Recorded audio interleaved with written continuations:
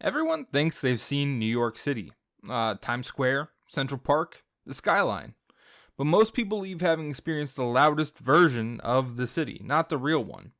Because New York hides its best places quietly, and tourists almost never find them. Today, we're exploring the side of New York City most visitors never see.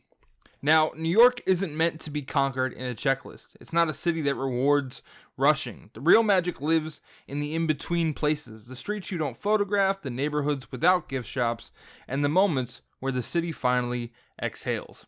So let's start in Greenwood Cemetery. Brooklyn. At first glance, it doesn't sound like a destination, but Greenwood is one of the most peaceful places in the entire city. You have rolling hills, old trees, and some very nice stone pathways. From certain points, you can see the Manhattan skyline rising in the distance. Quiet, distant, and almost unreal. Few tourists come here, but locals know it as a place to think, walk, and reset. It's not gloomy, and it's grounding. And it reminds you that New York isn't just vertical, it has depth as well.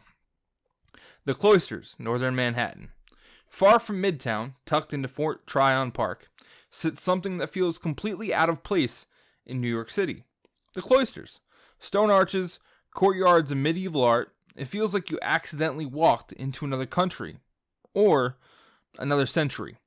Most tourists never make it this far north. And that's exactly why it works. You'll hear birds instead of traffic, and winds instead of sirens. It's one of the few places where New York goes quiet without losing its soul.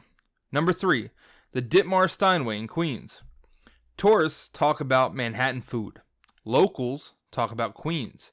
And one of its most overlooked neighborhood is Ditmar Steinway. Greek bakeries, family-run restaurants, sidewalk cafes where nobody's in a hurry. This isn't New York food for social media. This is where people actually come to eat.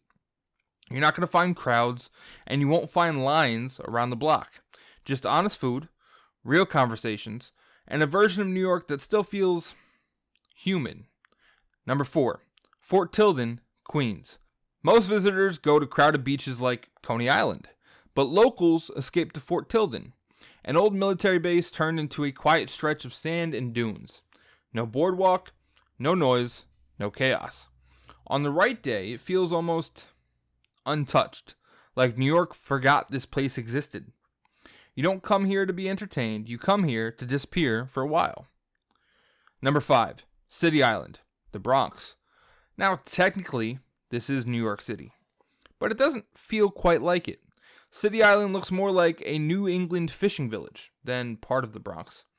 Seafood restaurants, boats rocking in the harbor, and a slower pace that feels impossible for NYC. Most tourists don't even know it exists, and that's why it still feels authentic. It's proof that New York isn't one city, it's dozens stacked together. Number 6, the High Bridge, Harlem/Bronx. Before the Brooklyn Bridge was iconic, there was the High Bridge. It's the oldest bridge in New York City, and one of the least visited. It connects Manhattan and the Bronx, high above the Harlem River. No crowds, no street performers, just space, air, and perspective. From here, the city feels less overwhelming and more understandable. Number 7, Inwood Hill Park, Manhattan. At the very northern tip of Manhattan, there's a park that feels almost untouched. Inwood Hill Park still has natural forest, no manicured lawns, no tourist paths. It's one of the last places where Manhattan looks the way it did before the city took over. And you don't stumble into this park by accident. You come here when you're done trying to impress yourself with the tourism. Now, why do tourists miss these places? Most people experience New York through pressure. Pressure to see everything, pressure to post everything, and pressure to say they've done the city, they've done New York. But New York doesn't reward that mindset. The best parts don't announce themselves, they don't trend, and they don't beg for attention. They wait quietly for people who slow down enough to notice. The real New York isn't loud all the time. It isn't glamorous every second.